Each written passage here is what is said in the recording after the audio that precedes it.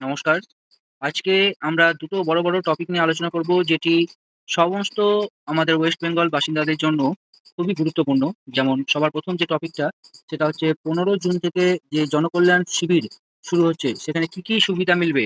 সেখানে কি, কি কাজ হবে? এবং সেজন্য কি, কি আমাদেরকে যে ডকুমেন্টস সেগুলো নিয়ে যেতে হবে? এরকম ডিটেইলসটা আমরা এই জনকল্যাণ শিবিরের সম্বন্ধে জানবো।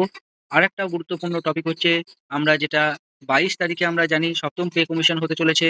এই ৭ম পে কমিশনে যে ২২শে জুন কি, কি হতে চলেছে, সরকারি কর্মচারী ও পেনশনভোগীদের জন্য ধামাকা যে আপডেট, সেই সম্বন্ধে কিন্তু আমরা এই একটা ভিডিওতেই আলোচনা করব। তো অবশ্যই ভিডিওটা শুরু থেকে শেষ পর্যন্ত দেখবে। খুবই তাড়াতাড়ি এবং খুবই সহজে ভিডিওটা আমি শেষ করবার চেষ্টা করব। তো অবশ্যই ভিডিওতে ১ম বার এসে থাকলে এখনই একটা লাইক করে দিও। আর চ্যানেলে সাবস্ক্রাইব করে দিতে ভুলো না। বাকি শুরু করছি। সবার আগে আমরা জেনে নিই ১৫ জুন থেকে যে জনকল্যাণ শিবির হচ্ছে সেখানে কি, কি থাকছে। তো জনকল্যাণ শিবিরটা কি সেটা আগে সবার আগে আমাদের জানতে হবে। আর এর মূল লক্ষ্যটা কি?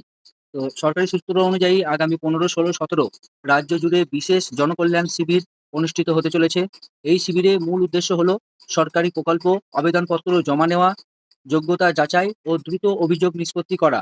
সরকারি প্রকল্পগুলির সমস্ত সুবিধা সরাসরি সাধারণ মানুষের দরজায় পৌঁছে দেওয়াই এর লক্ষ্য।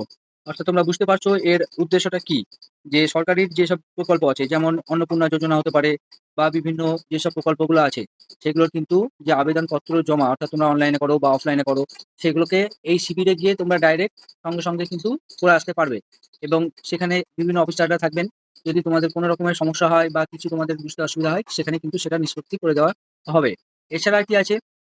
এছাড়া বিভিন্ন যে অভিযোগ নিষ্পত্তি মানে হয়তো কারো হয়তো নামের স্পেলিং ভুল আছে বা হয়তো কারো অ্যাড্রেস ভুল আছে, তো সেগুলোরও কিন্তু তিনারাই সমাধান করে দিবেন।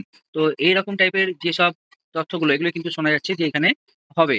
এরপরে আর কি আছে? শিবিরের প্রাপ্য মূল প্রধান ৩টি পরিষেবা। শিবিরে মেইন ৩টে যে পরিষেবা পাওয়া যাবে এখন শোনা যাচ্ছে এটা কি? সিঙ্গেল উইন্ডো সার্ভিস, তাৎক্ষণিক ভেরিফিকেশন, অভিযোগ নিষ্পত্তি। তাহলে সবার আগে আমরা জেনে নিই এই সিঙ্গেল উইন্ডো সার্ভিসটা কি?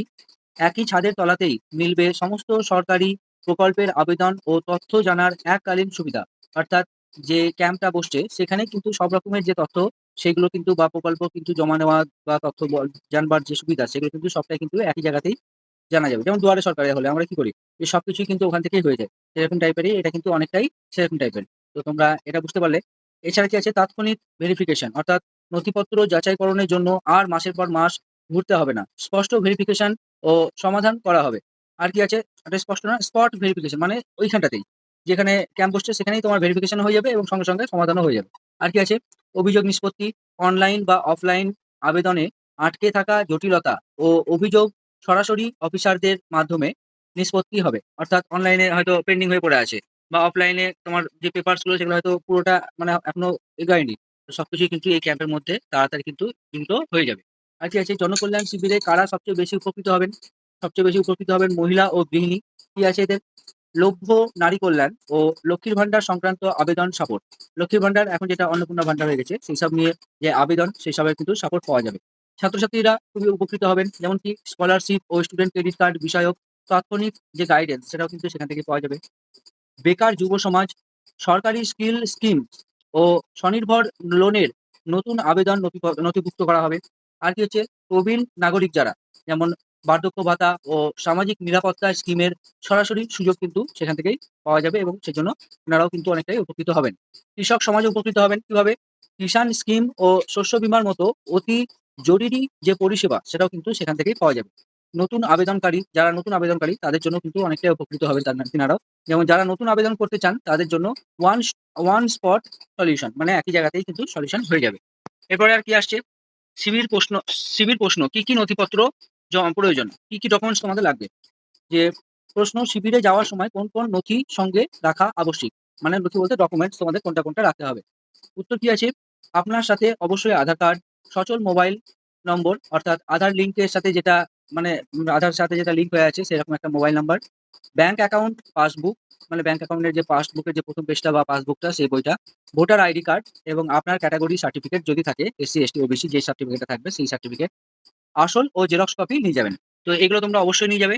এছাড়াও যদি তোমাদের আরো যদি অন্য কোনো সংক্রান্ত যদি কিছু থাকে, যদি তোমরা ক্রেডিট কার্ড সম্বন্ধে বা কিছু সম্বন্ধে জানতে চাইছো বা কিছু, সেই হিসাবে তোমাদের তখন স্কুলের আইডি কার্ড এরকম টাইপের যেগুলো থাকে সেগুলো কিন্তু তোমাদেরকে নিয়ে যাওয়ার জন্য নিয়ে যেতে হবে। শিবিরে গেলে কি কি সমস্যার স্থায়ী সমাধান হতে পারে? কি কি স্থায়ী সমাধান হতে পারে? প্রকল্পের জটিলতা দূর হবে। আর কি হবে? তথ্যগত ভুল সংশোধন হবে। অর্থাৎ কি আছে, প্রকল্পের জটিলতা দূর হবে বলতে কি বলছে? ব্লক বা সরকারি অফিসে দিনের পর দিন চক্কর কাটা থেকে মিলবে মুক্তি।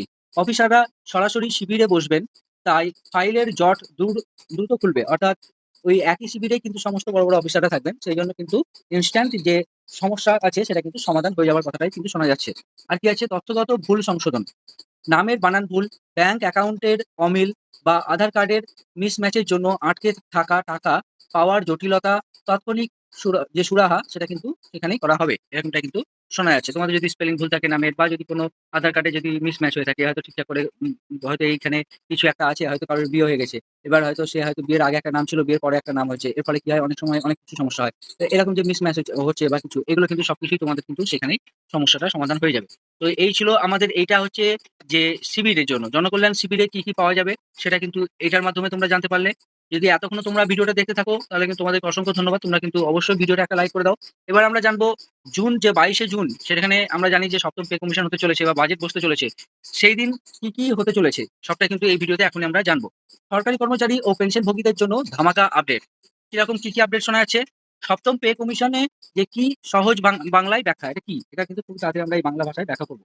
বেতন পুনর্বিন্যাস কাঠামো, বিভিন্ন ভাতার সংশোধন, মানে এই দিন কিন্তু বেতনের যে পুনর্বিন্যাস সেটা কিন্তু হবে, বিভিন্ন ভাতার সংশোধন করা হবে। অর্থাৎ যারা কন্ট্রাকচুয়ালে আছে, যারা বিভিন্ন ভাতা পাচ্ছে, তাদের কিন্তু এটা কিন্তু সংশোধন হবে। মহার্ঘ ভাতাটাও কিন্তু এর মধ্যে পড়ছে।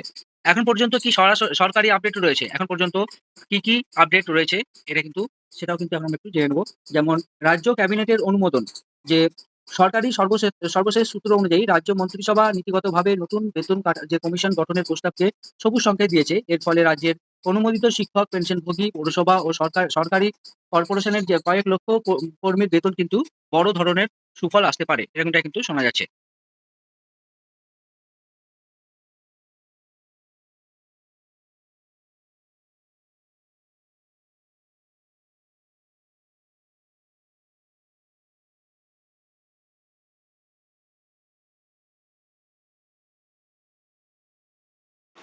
আর কি কি দেখা যাচ্ছে? তো সরকারি কর্মচারীরা কি কি আশা করছেন সেটা আমরা একবার জেনে নিই বা দেখে নিই। বেসিক পে বৃদ্ধি, সবার মেন যেটা মূল দাবি, যে বেসিক পে আছে সেটা কিন্তু বৃদ্ধি হবার জন্য তারা কিন্তু দাবি করছেন। মূল বেতন কাঠামো পরিবর্তনের মাধ্যমে ন্যূনতম ও সর্বোচ্চ স্কেলে বড় লাভ। এরপরে কি আছে? ডিএ ব্যবস্থান হ্রাস, অর্থাৎ কেন্দ্রের সাথে মহার্ঘ ভাতার যে ফারাক কমানোর চূড়ান্ত ঘোষণা। তোমরা জানো যে প্রায় কেন্দ্রের সাথে কিন্তু 42% ডিএ কিন্তু একটা বড় ফারাক কিন্তু রয়ে গেছে। পেনশন ও ভাতা বৃদ্ধি। আচ্ছা, বয়স্ক পেনশনভোগীদের মানোন্নয়ন এবং গ্র্যাচুইটি সীমা বাড়ানোর কিন্তু প্রত্যাশা তারা কিন্তু করছেন। যে ফিটমেন্ট ফ্যাক্টর সংশোধন, বেতন গুণক 2.57 থেকে বাড়ানোর তীব্র চাহিদা। এগুলো কিন্তু যারা সরকারি কর্মচারীরা আছেন তারা কিন্তু অবশ্যই সবাই আশা করে আছেন। বিশেষজ্ঞদের মতে কোন ঘোষণার সম্ভাবনা কতটা বেশি? নতুন বেতন কমিশন গঠন, যেটা প্রায় 95% সম্ভাবনা আছে এবং এটা অবশ্যই হবে, যেটা আমরা শুনে আসছি। বকেয়া ডিএ পরিশোধনের যে রোড ম্যাপ সেটাও কিন্তু 80% কিন্তু হতে চলেছে। নতুন অতিরিক্ত ভাতা চালুকরণ, যেটা প্রায় আশঙ্কা 60% যে মাধ্যম সম্ভাবনা আছে। আর কি আছে? সোশ্যাল মিডিয়ায় আলোচনা ৩টি মূল বিষয়: আশা ও উদ্দীপনা, বাস্তব রূপায়ণ সংশয়, ডিএ ফারাক হ্রাস। আশা ও উদ্দীপনা বলতে কি বোঝাচ্ছে? সোশ্যাল মিডিয়ার কর্মচারীদের একটি বড় অংশ বেতন বৃদ্ধির বড় আশার ব্যাপারে বেশ আশাবাদী ও সরব রয়েছেন। আর কি আছে? বাস্তব রূপায়ণের সংশয় বলতে কি বোঝাচ্ছে? বাজেট ঘাটতি ও অর্থনৈতিক চাপ মাথায় রেখে এই কমিশন কত দ্রুত রূপায়িত হবে তা নিয়েও কিন্তু জল্পনা রয়েছে। ডিএ ফারাক হ্রাস, কেন্দ্রীয় স্তরে ডিএ বৃদ্ধির সাথে মিল রেখে যেন রাজ্যের ডিএর ফারাক সম্পূর্ণ দূর করা হয়, তা নিয়েই কিন্তু দাবি বেশি। আর কি দেখা যাচ্ছে? ফ্যাক্ট চেক, নিশ্চিত সত্য বনাম জল্পনা গুজব। যে কমিশনের গঠন, বিষয় হচ্ছে কমিশন গঠন। নিশ্চিত তথ্য কি আছে? রাজ্য ক্যাবিনেট নতুন প্রস্তাবে নীতিগত অনুমোদন দিয়েছে। সোশ্যাল মিডিয়ার গুজব কি আছে? 22 জুনেই সমস্ত বকেয়া টাকা ব্যাংক অ্যাকাউন্টে ঢুকবে, এরকম টাইপের কখনোই হয় না। ওই দিন কিন্তু রাজ্যে ক্যাবিনেটের যে প্রস্তাব বা নীতিগত অনুমোদন দিয়েছে সেটা কিন্তু ওখানে তুলে ধরা হবে। বেতন বৃদ্ধির হার, এখনো যে সরকারের পক্ষ থেকে চূড়ান্ত কোনো হার ঘোষণা করা হয়নি। এদিকে গুজব কি দেখা যাচ্ছে? ট্রিটমেন্ট ফ্যাক্টর 3.68 গুণ করার সিদ্ধান্ত সম্পূর্ণ ফাইনাল, এরকম কিন্তু গুজবটা শোনা যাচ্ছে। সুবিধাভোগী, অনুমোদিত রাজ্য সরকারি, আধা সরকারি এবং অবসরপ্রাপ্ত কর্মীদের কিন্তু অনেকটাই সুবিধা হতে চলেছে। গুজব কি আসছে? রাজ্যের সমস্ত চুক্তিভিত্তিক ও বেসরকারি কর্মীরাও একসাথেই পাবেন। এরকম টাইপের কিছু হয়নি এখনো। যেটা হবে ওই দিনই সবটাই জানতে পারা যাবে। এই সংস্কারে কারা সবচেয়ে বেশি লাভবান হবেন? কর্মচারী ও শিক্ষক সমাজ, অবসরপ্রাপ্ত পেনশনভোগীরা কিন্তু সবচেয়ে বেশি যে লাভবান সেটা কিন্তু হবেন। ২২শে জুন যে ২০২৬ এর গুরুত্বপূর্ণ ঘটনাক্রমের টাইমলাইন ১৫ থেকে ১৭ জুন তোমরা জানো রাজ্য জুড়ে বিশেষ জনকল্যাণ শিবিরের কিন্তু যে প্রকল্প সেটা কিন্তু পাওয়া যাবে। ২২শে জুন ৭ম পে কমিশন ও মহার্ঘ ভাতা সংক্রান্ত সরকারি মহলের সম্ভাব্য গতিবিধি পর্যবেক্ষণের দিন। পরিবর্তন সময়কাল, অফিসিয়াল বিজ্ঞপ্তি, পে কমিশনের মেয়াদি কাজ এবং ধাপে ধাপে চূড়ান্ত রূপায়ণ ট্র্যাকিং। এটা কিন্তু পরবর্তী যে সময় সেই পরবর্তী সময়ে কিন্তু এটা দেখা যাবে। আজকের আলোচনার ৫ টি অত্যন্ত গুরুত্বপূর্ণ টেক অ্যাওয়ে যেটা কি আছে? ১ম হচ্ছে শিবির মিস করবেন না। ১৫, ১৬, ১৭ জুনের মধ্যে আপনার সমস্ত জরুরি নথি নিয়ে শিবিরে পৌঁছে যান।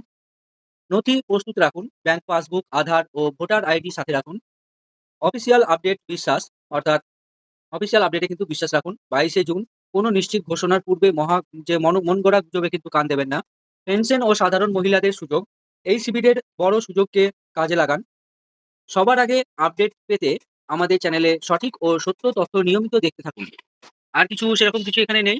একটা কোড আছে যেটা বলছে সরকারি বিজ্ঞপ্তি বা গ্যাজেট নোটিফিকেশন প্রকাশিত না হওয়া পর্যন্ত কোনো জল্পনা বা ভাইরাল হওয়া তথ্যকে চূড়ান্ত সত্য বা ক্যাবিনেট সিদ্ধান্ত বলে কিন্তু ধরে নেওয়া ভুল হবে। আমাদের চ্যানেল সিরি গভর্নমেন্ট আপডেট সত্যতা বিশ্লেষণ টিম। ভিডিও ভালো লাগলে অবশ্যই একটা লাইক করে দেবেন। চ্যানেলে নতুন এসে থাকলে সাবস্ক্রাইব করতে ভুলবেন না। দেখা হচ্ছে পরের ভিডিওতে। ধন্যবাদ।